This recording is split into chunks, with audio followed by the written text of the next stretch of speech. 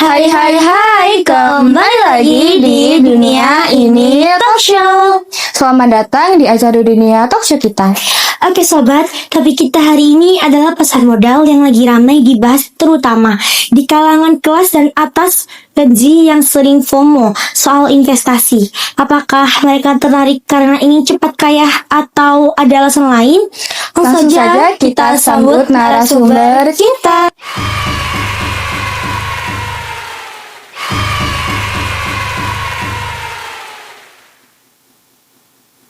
Oke, sekarang sudah ada dua orang yang ada di samping kita ya.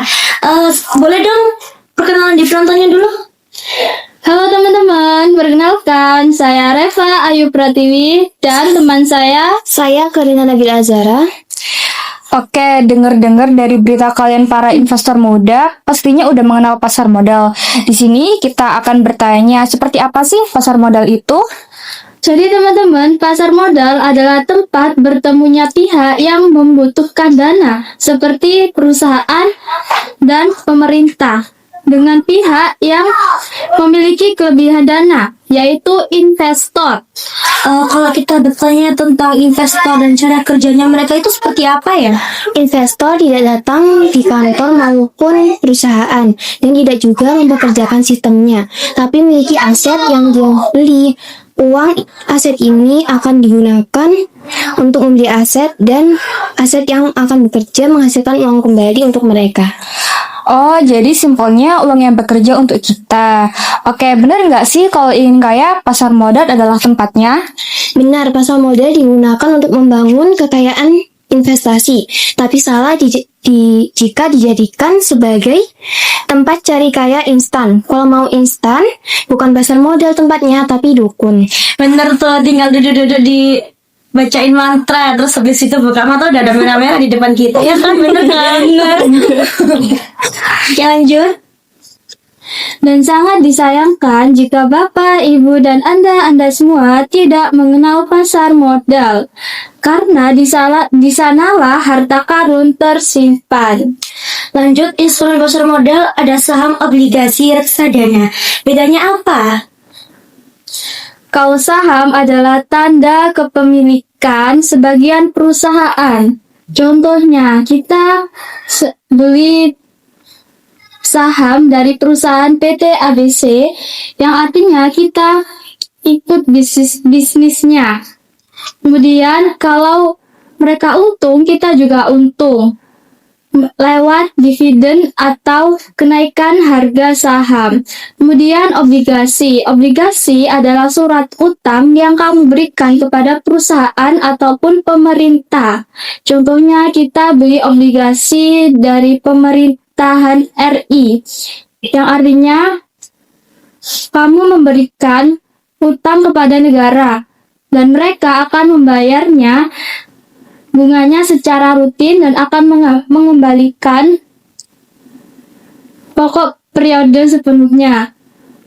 Reksadana adalah wadah yang digunakan untuk menghimpun dana dari masyarakat. Selanjutnya diinvestasikan dalam bentuk portofolio efek dan dikelola oleh manajer investasi. Tapi ingat, semakin tinggi keuntungan, resiko kerugiannya juga tinggi. Mengenai kerugian, ada orang yang nggak takut rugi dan ada orang yang takut banget dengan kerugian. Maka cara menentukan instrumen yang paling cocok bagaimana? Untuk mencari instrumen yang paling cocok, kalian harus memahami profil resiko investasi. Nah, profil resiko investasi itu ada 3. Yang pertama, tipe konservatif, yaitu yang bagi kalian tidak mau memiliki resiko yang tinggi, artinya kalian cuma mau resikonya yang hanya rendah. Nah, contohnya seperti reksadana. Kemudian tipe moderat, yaitu menerima fluktuasi dalam jangka pendek. Fluktuasi itu adalah nilai yang kadang naik ataupun turun, tapi kalian tetap tenang. Yang ketiga, ada tipe agresif, yang ini sangat cocok bagi kalian jika yang ingin resikonya itu tinggi, seperti saham. Dari nilai tiga-tiganya, ini kalian harus benar-benar pahami agar ketika nilainya turun, kalian tidak panik. Apakah investasi di pasar modal udah terjamin keamanannya? Aman asalkan dilakukan melalui lembaga resmi dan terdaftar. Dan kalian harus tahu bahwa aktivitas di pasar modal itu diatur secara ketat oleh lembaga pemerintah, terutama OJK.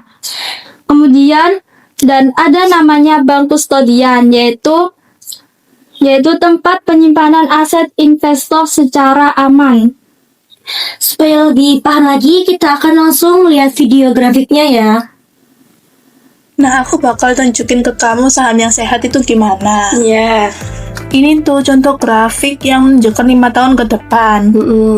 Grafik yang semakin naik dari tahun ke tahun, itu menunjukkan saham yang sehat. Ya. Nah, terus ini bedanya yang hijau sama yang merah itu apa? Kalau yang merah ini menunjukkan kalau sahamnya lagi turun. Sedangkan kalau yang hijau ini, itu menunjukkan dia sedang naik. Oh, iya.